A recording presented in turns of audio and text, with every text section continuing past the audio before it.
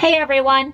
If you've got your setup, tools, and paints all ready from the first episode of this Airbrush Basics series, you still have one more thing to do before airbrushing: mixing your paints. NewType is a fast and reliable source of Gunpla paints and tools shipped internationally. Purchasing with my affiliate link newtype.us/frostsnow also helps support me with a small commission. Now, just a quick recap from the first episode.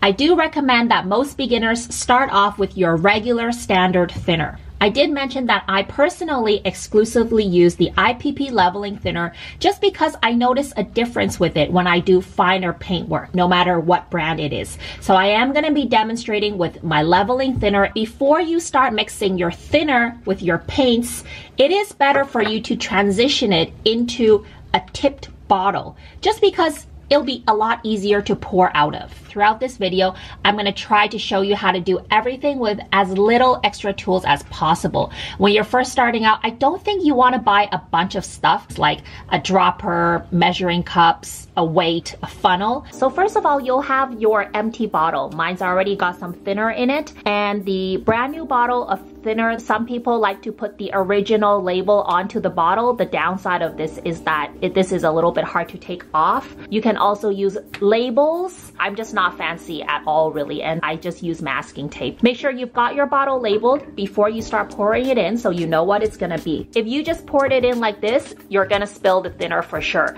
Obviously, it's better if you had a funnel to use. The trick here is to pour your thinner with this long side facing down.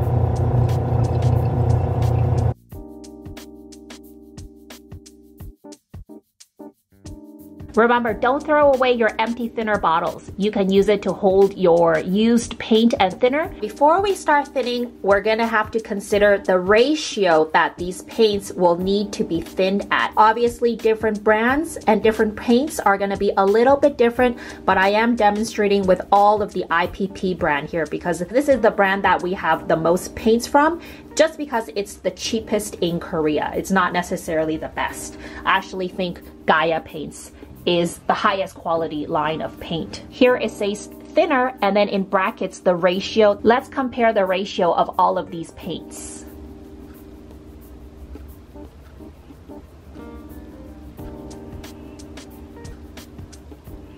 If we look at these numbers chronologically to compare, you'll notice that within the minimum recommended amount, metallic paints can be thinned with the least amount of thinner, 0.7, and surfacer with the most amount of thinner, 1.2.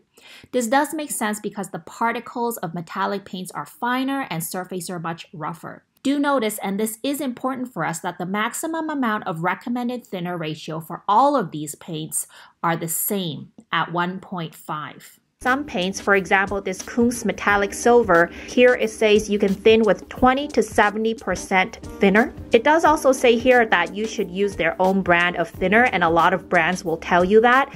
As I've said, I've mixed different brands thinners with different brand paints and I haven't had problems, but that's up to you. Then there's the Kunz metallic silver, which by the way is my favorite silver, that has not only a different ratio labeling system, 20%, 70%, but also a much lower thinning ratio, 0.2 and 0.7. Every brand can be a little different, so it is important to check the bottle instructions.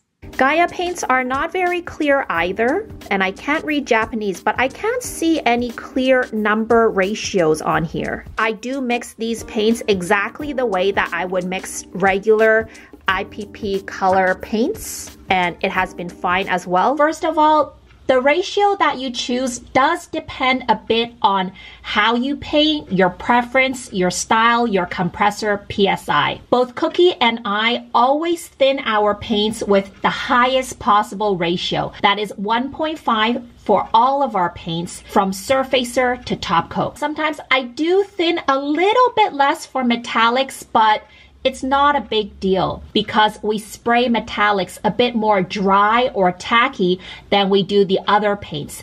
And that look is a bit different than if you spray metallics wet.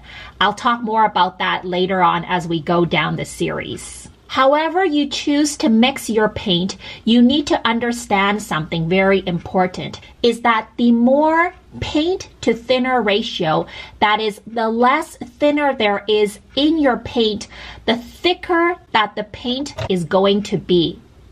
The thicker your paint, the better coverage per layer that you spray. If you spray one layer, you could cover up your part almost with an opaque color. That means that you might not have to go for as many layers of paint. There is a downside to that though. The thicker your paint, there's a higher chance for your paint to come out kind of clumpy and rough with an orange peel-like finish. So that's why both Cookie and I, and that's kind of how we learned when we first started out at Gunpla Studios, is we use the maximum thinner ratio that's possible to mix our paints. This means that our paints have less paint to thinner ratio. When we spray our paint, because there's more thinner, our parts might not have as much paint coverage, but it does come out a bit more smoothly. The con of that though is we might have to spray 2 or 3 layers to get the original color of the paint. I prefer to do this because I like to have a really clean paint job. What you can do is play around with your thinner ratios. See if you're comfortable painting with maybe a thicker paint with more coverage and you're happy with the results, or if you're not, you can try to add a little bit more thinner in it, making sure you stay within the 1.5 thinner ratio. Some people still get really confused as they use different brands of paints. So I'm also going to show you the consistency of the paints just so you can see around what you're aiming for. I would say the consistency is something like milk. Like I said, we thin almost all of our paints with 1.5 ratio. I do thin a little bit less for metallics, like maybe a 1.3. You'll find that a lot of the pigment is stuck at the bottom. So just give it a good shake. Most paints have a cap on top. You'll see the cap got stuck in this bottle. And just pour it right in. There is some buildup left, and I forgot to mention, before you start, you should remember around where the paint was sitting in the bottle. Pour the thinner into the bottle to around the same amount of paint that was originally in this bottle. Notice that a bottle of paint usually isn't filled up all the way, so this is my 1 ratio of thinner. Really give it a good shake. And be careful not to hit your open bottle of paint. Done something like that before. You can check whether the buildup is coming off or not.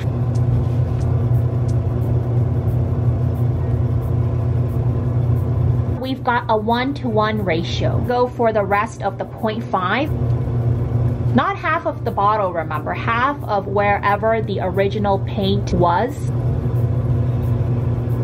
You can do a bit of cleanup at the lid. Just gonna shake it one more time. The paint particles have already separated. You can see that this is about a 1-to-1 ratio. I also let it sit a bit upside down. It does also help that you find a part of the lid to kind of use as like a level for it to not spill. But if it does spill, no problem, just wipe it up.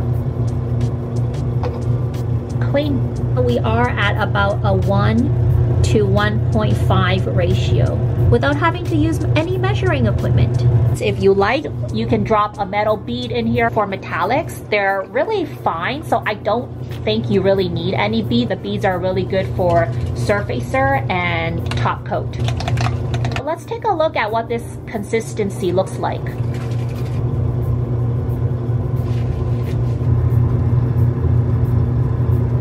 And I would say it is a bit like watery milk.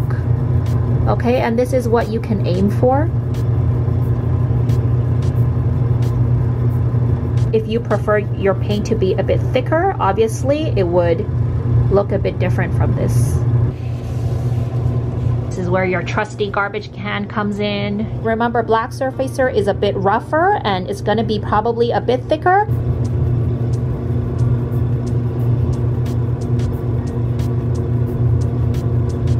Notice this is a bit more ink-like, and I would say it is a little bit thicker. It's not really running as much as the metallic. Finally, let's look at the consistency of a color.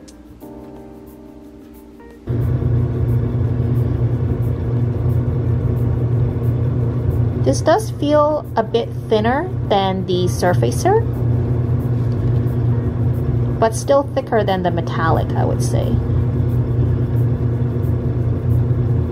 See, it is a bit more willing to run. Okay, and this is about the consistency of your colors. Also, another small tip from Cookie, when you shake the bottle, you should do it like this and not like this, which I always do, because you never know if the lid is loose. There has been times where I shook it like this and the cap just flew right off and the paint got everywhere, but I just really like to give it a good shake. I know that thinning paints can either seem like a very easy or difficult thing. I mean, all you have to do is throw paint and thinner into a bottle, but there are things to consider like thinning ratio, consistency, and what that means for your paint job. In episode 3 of this Airbrush Basics series, we're finally gonna learn how to use the airbrush. Ooh. Also, I never would have imagined, but you guys were so into my awesome high-tech demo graphic drawing from my enamel hand painting video that this is gonna make a comeback in the next episode for me to best demonstrate for you how to get a clean and smooth paint job from your airbrush, even as a beginner. See you in the next episode. Bye! Very big size hole. We are going to actually 줄 서고 있어? Mega Box Movie Theater.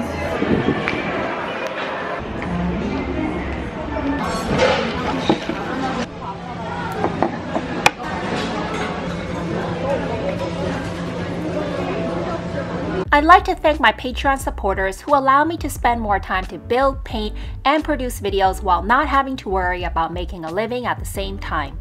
Patreon is a way for anyone to support their favorite creator and content. You can also join us on Discord to chat with me and fellow Gunpla hobbyists. Check it out at patreon.com/frostysnow. Thanks for watching!